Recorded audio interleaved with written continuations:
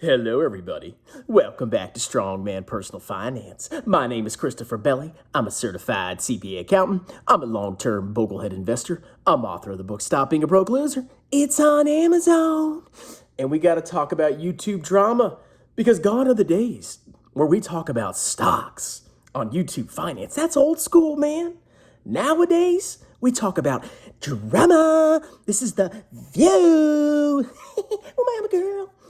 So there's been a lot of drama going on, and I'm actually part of that drama. I know I'm a small YouTuber. I now have 7K subscribers. But I've been participating in this, where YouTubers have been attacking each other and competing with each other. And the greatest competition, the greatest attack videos that were ever made, besides mine, were the videos between Paul Gabriel, the guy in Everything Money, and Jeremy LEFUFU, Jeremy Financial Education. Jeremy LeFave. So these two are in a little bit of a competition, and they're currently working out the details to basically rip each other off. So it's funny they're making videos to negotiate this process, but I get it. You know, you're getting ad revenue, you're getting attention for your channel, blah, blah, blah, blah, blah. But eventually, I think there will be some kind of competition.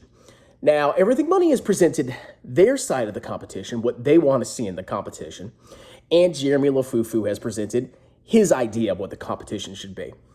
What does Everything Money want? Well, the stakes, according to Everything Money, are $1 million. That's right. So what's going to happen, in a nutshell, is Jeremy LeFuFu and Everything Money are going to have their own portfolios. The money's going to be deposited with an independent broker, and that broker is going to release returns periodically, every year, 2 years, 3 years. And after a certain amount of time, 1 year, 3 year, 5 year, and 10 year, depending on who's ahead, that person will be awarded a certain amount of money, which is then going to be donated to charity. Now, that's very noble of Paul. That's great. Charity's so nice. And one day when I actually make a lot of money, I'm doing okay, but not that great. Once I make a ton of money, sure, I'll start donating to charity. But if I was competing with Jeremy LeFuFu, I would destroy him. I'd be like, dude, you're giving me that money. I ain't giving it to charity. I'm taking your money. I'm going to spend it on a vacation, bucko, loser. I'll use it to short tattooed chef, loser. But according to Paul, and I get it, tax deduction, blah, blah, blah, blah. Whoever wins each one of the hurdles, they get to, basically charge the other person, and that person has to donate that winning, that pool to charity. Now, Paul's process is if you win the 1 year competition, or the 3 year, or the 5 year, or the 10 year, there are different amounts of money awarded. If you win the earlier competition, let's say your stocks, Paul's stocks do better in the first year than Jeremy LeFuFu's, which you can never predict what's going to happen in a year. Well, only a very small amount of money, I believe it's $50,000, will be given to the winner, and that person will donate to charity. But as time goes on, the stakes get bigger and bigger and bigger. And by the end of the competition, whoever is ahead at the 10-year mark is going to receive $650,000. 65% of the stakes are going to be received at the end of the competition. Now, I like that the best. Why? Because it rewards long-term investing. Any clown can win a year-over-year competition against the best investor in the world. But over time, true long-term investors shine with outstanding performance. Now, one thing I disagree with Paul in is he gave Jeremy the option of two things.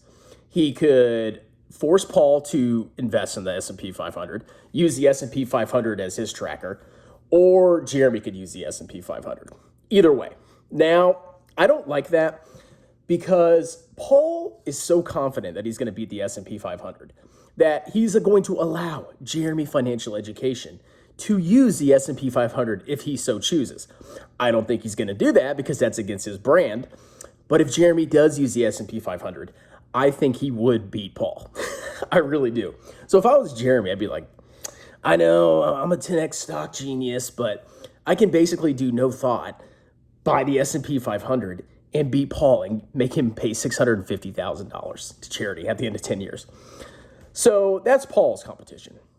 Now, Jeremy, our hero, our stock picking genius, claps back And of course he shows his Tesla gains. Oh, look, I bought Tesla, bro. Very small investment, pure freaking luck. Look at his other stocks, he's a clown. He shows his Tesla gains and he says, well, for my competition, I want each of us to buy 10 stocks.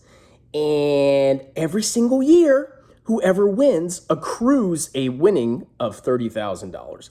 So instead of going up to $1 million, which I don't think Jeremy can afford, and honestly, I don't think Paul is going to get paid if Paul does win the competition, because I don't think Jeremy's going to have $650K to give after 10 years.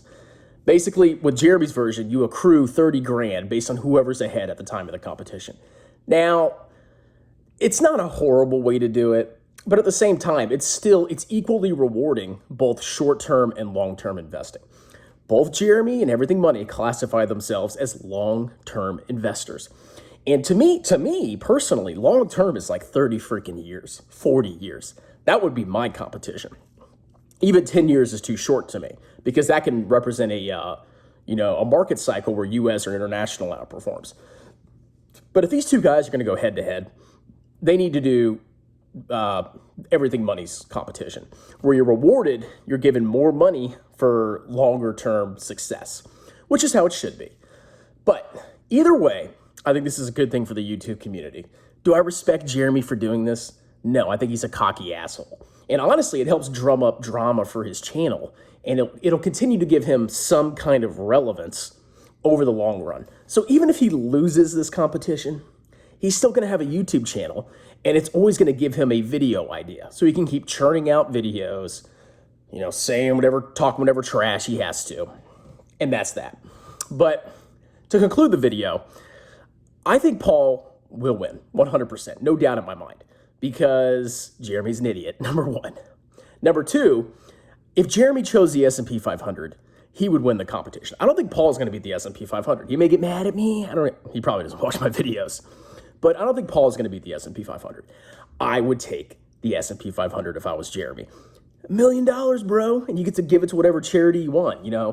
Strongman, Hope for Life charity. I just set that up yesterday. Come on, man. Now, Jeremy also said he's going to put VT in there. That's great. Cool. I hope he has SPY, VT, the Dow Jones. I want it all in there, because the funniest thing would be if VT beat both Paul and Jeremy, which is entirely possible, because what's happening right now is the U.S. stock market has outperformed massively over the last 10, 12, 13, 14 years. It's been helped by large cap tech. That is basically driven the entire U.S. stock market. Now, at some point, those tech giants aren't going to be growing as fast as everybody thinks they will, and those stocks will collapse.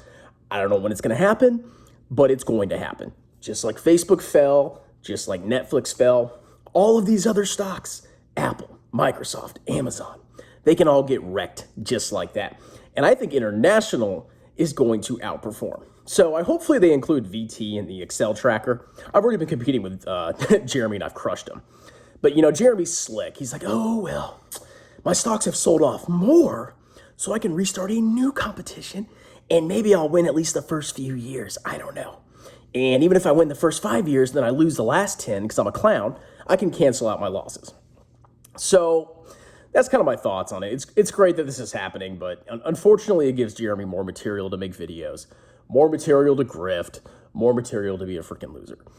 But that's it, guys. Tomorrow, I'll be talking about meat breathalyzer, and you guys have a wonderful night.